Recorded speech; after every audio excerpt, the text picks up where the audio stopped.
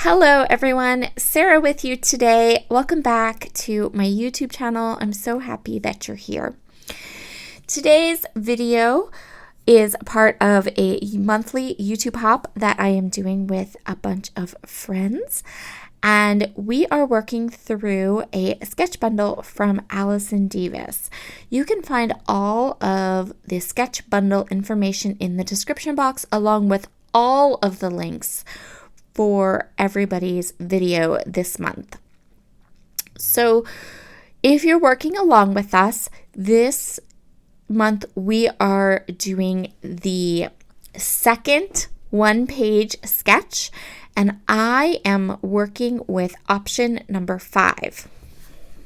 For products today, I am using my How to Kill a Kit with Style for January, February, and March. This was a kit that I created myself from my stash using a mood board as inspiration. And I will also try to remember to link up that video as well, but if I forget, just leave me a comment.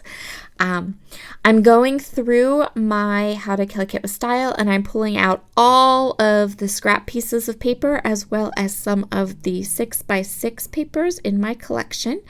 I also found and remembered that I had added these butterflies. These are from Spiegel Mom Scraps. They're cut from old book pages, and we're going to use some of those on my layout today as well.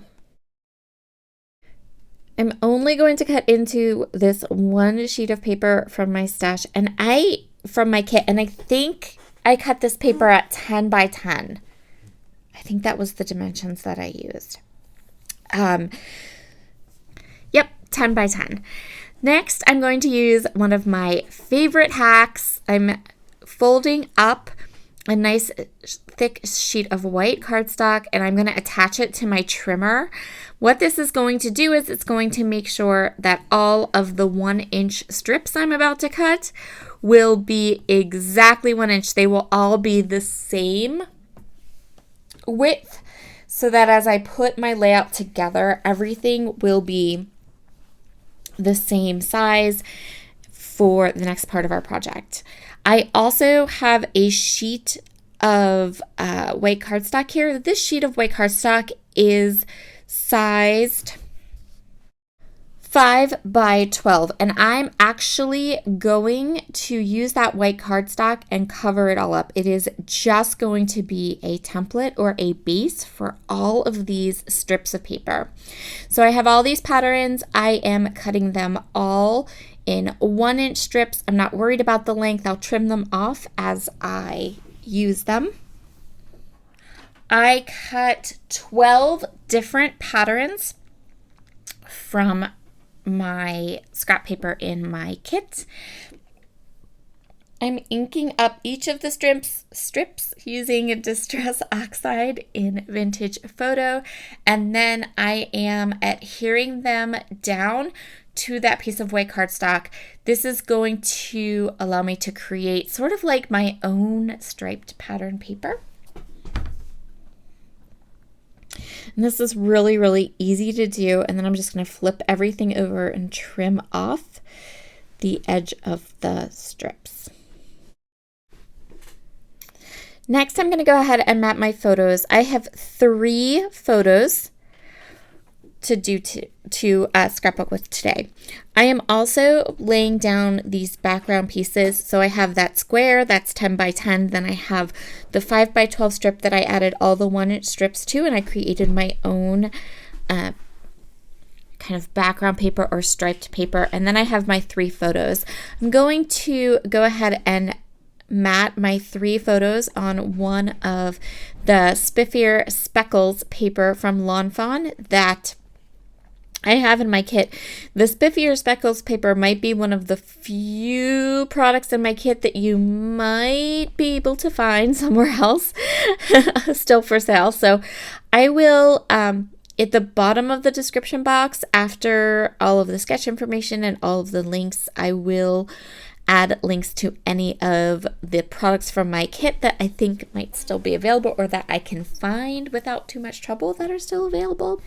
If you have the sketch bundle, I changed up all of the dimensions for my page. So I just made everything bigger so that I could use the 3 photos that I wanted to use on this layout.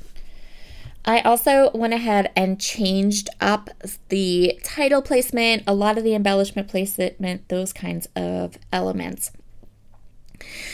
So for my title, I'm going to use some gold alpha stickers from Pink First Studio. I also have gone ahead, I mentioned this in my last video for my How to Kill a Kit with Style Kit.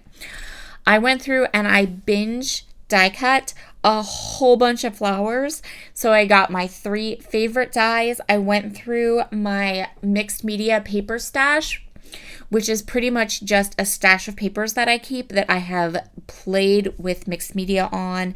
Maybe I liked how they turned out. Maybe I didn't. It doesn't matter. I keep it all because when you die cut those papers, they don't look like a hot mess. They look amazing. So I took a whole bunch of specialty papers, die cut a whole bunch of flowers, and I'm going to use just 2 of them on this page today. Again, if I can find these dies, I will link them below.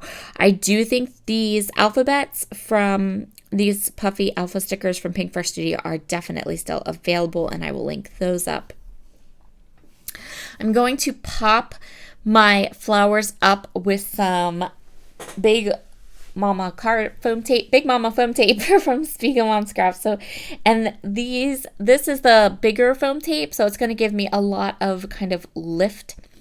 Since I don't have a lot of embellishment on this page, I wanted those embellishments to have a nice lift and a lot of dimension because they're not going to have a lot of other things competing with them. Like, I'm not creating big clusters. I'm just creating adding these little flowers.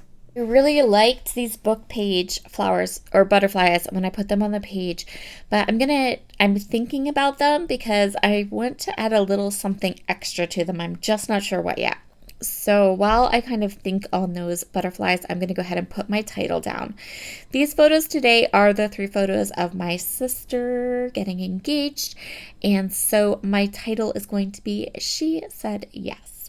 If you watched one of my earlier How to Kill a Kit with Style videos, you know that I did like a facing page with a photo of me and her and my other sister. And then those 2 pages together will go into my scrapbook for 2023. My title down, and then I figured out what I was going to do with these butterflies to add a little shimmer to them. And I totally got distracted from doing my title. This is like real life scrapbooking. Sometimes this happens. So I decided I was going to go ahead and get a piece of scratch paper, put all the butterflies on that scratch paper, and then splatter them using Bridges Monroe's Shimmer Mist and in Pearl.